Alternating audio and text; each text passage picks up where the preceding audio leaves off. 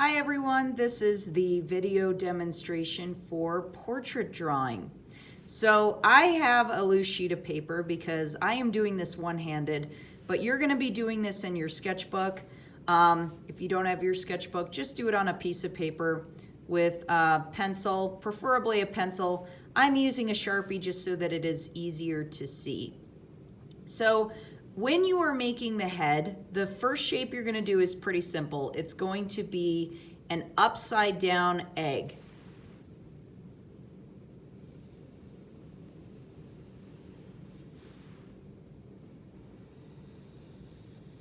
All right, just like that. Pretty simple, pretty straightforward. You don't want it to be too wide or too skinny, just kind of a typical egg shape. The next thing you want to do is what's called an imaginary axis, and it's going to look like a T or a cross. So you want to do halfway vertically or hot dog style and then halfway horizontally. Now when I do dotted lines, I recommend you guys draw lightly. Of course, I can't have the option to do that with the Sharpie. So our eyes are actually in the center of our head, and it doesn't seem that way initially because our hairline comes a little bit down over the top of our head. But it is true that your eyes are in the middle of your face. Now, I can't go back and tweak it because I have a Sharpie, but what you want to do is make sure that it is exactly center. And if it's not, you want to move that line down to make sure it is centered. The nose is halfway between the eyes and the chin. So I'm going to take what's called my pincer fingers. It's a really great measurement tool for sighting and measuring. So I'm going to just go back and forth, just like that. I'm going to just make a little line. Now, I recommend doing this line lightly with pencil. Again, can't do that because I have Sharpie. And then the mouth is a third of the way down from the nose, between the nose and the chin. So you want to find where halfway is and then go a little bit above that. And all you need to do is a little bit of a line. From the nose, you're going to do some dotted lines going across just like this. And the ears start where the eyes are and end where the nose is. So I'm going to do some C's coming off to the side, and those are our ears.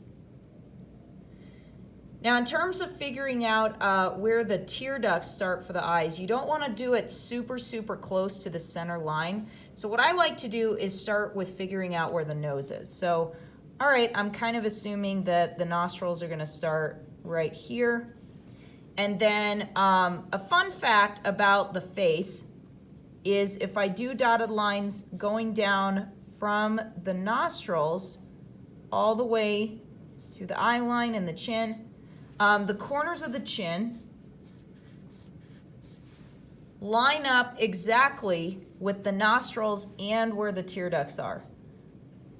So I'm doing little dots to represent, okay, there's where my tear ducts are going to be.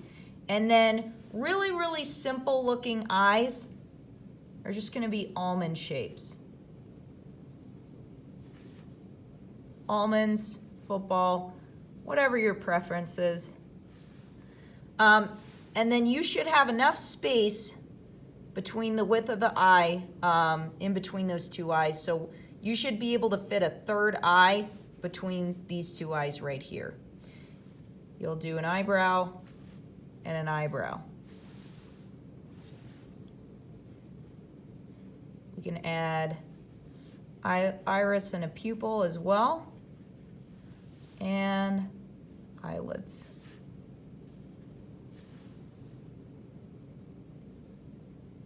All right, so if you are really into realism, a trick for drawing realistic eyes is there are 3 angles: up, across, and down. And depending on people's cultural, biological makeup, the shape of the eyes change. So sometimes the eyes are tilted up, kind of in a cat eye shape, and sometimes they're tilted down, kind of like an, I would call it an old grandpa or basset hound shape. And so figuring out these angles and breaking them up like this really helps to kind of figure out this overall angle. So here's the tear duct. I go 1, 2, 3, and then I draw my iris, pupil, eyelids. And then the eyebrows start a little bit past the tear duct, and then they curve up, they go across, and they go down past the corner of the eye right here. I usually like to start it out pretty blocky, and then I shade it in. All right, so for the nose, generally speaking, sometimes it's really good to do a triangle shape. I also like to do what I call the microphone drawing. So I do a circle for the tip of the nose, and then I'll add a microphone handle. And the reason I do this is because what you're drawing is the tip of the nose and the bridge of the nose. And it's really good to figure all of those things out for highlights. So these areas here, this is where the nose arches down and typically where the shadows go. So having this laid out can help you to figure out where those highlights go. And then right below the nose are the nostrils. Now, again, just like with the eyes, the amount of nostril that you see under the nose depends on cultural biological makeup. So some people have noses that are very upturned where you see more of the nostril, and some are very downturned where you don't even see any of the nostril at all. So make sure you pay attention to that when you're drawing your people, but for the most part, for the sake of this demo, we're just gonna focus on a standard nose. Location is all that matters. Now, in terms of the mouth, everybody's got a little dip right below the nose, and that's called a Cupid's bow. And the Cupid's bow ends up making the mouth dip a little bit in the middle. I don't typically draw the Cupid's bow right here, but we can indicate that it's there with that mouth dip.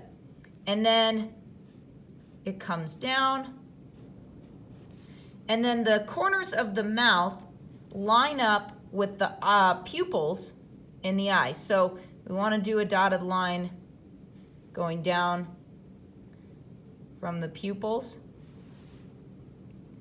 and then we just curve that mouth up a little bit. So there's kind of this really natural curve, and if it looks a little cartoony, you may want to smooth out all of those curves. The tricky thing about drawing a mouth, a lot of people will just kind of draw the lips with a solid outline.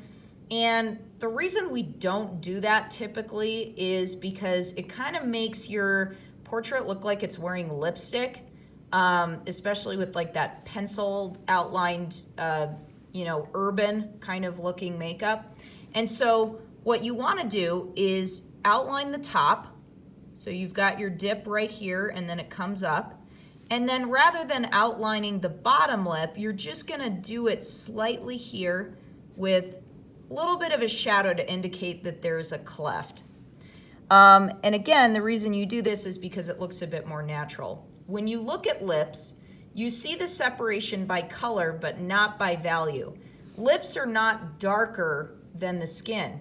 And when we do a line that separates it, it gives the indication that it's darker. So that's why we're only doing a little bit of a line. Now, when you're at this point and the head looks a little too round, what you can do is you can add some straighter lines right here to kind of define the temples a bit if you need to bring the ear in. Again, you can erase these lines. I can't because I'm using a Sharpie.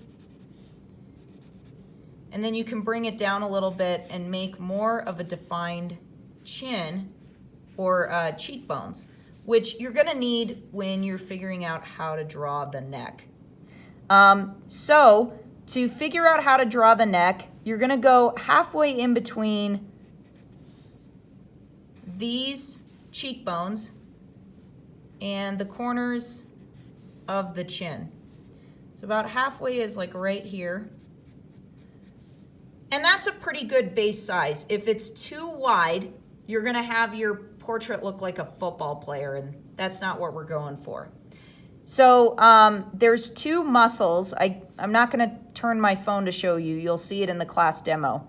But there are two muscles that create the neck. There's muscles that come down that connect to the collarbone. And then there are muscles that fold across the shoulders. And so rather than doing a vase shape that looks like this, we're gonna be a lot more intentional about creating the curve based on muscle anatomy. Now in class, what I'm gonna make you do is feel these particular muscle groups so that you can understand, okay, that's what it looks like, that's what it does. The last thing we're gonna talk about is hair. So a lot of people start their hairline at the top. Now, the only people that really have hairlines that start at the top are people in their 40s, men who are losing their hair. We don't wanna do that, especially if we're drawing teenage portraits. So what you're gonna do is come down a quarter of the way from the top, and then you're gonna do your hairline just like that.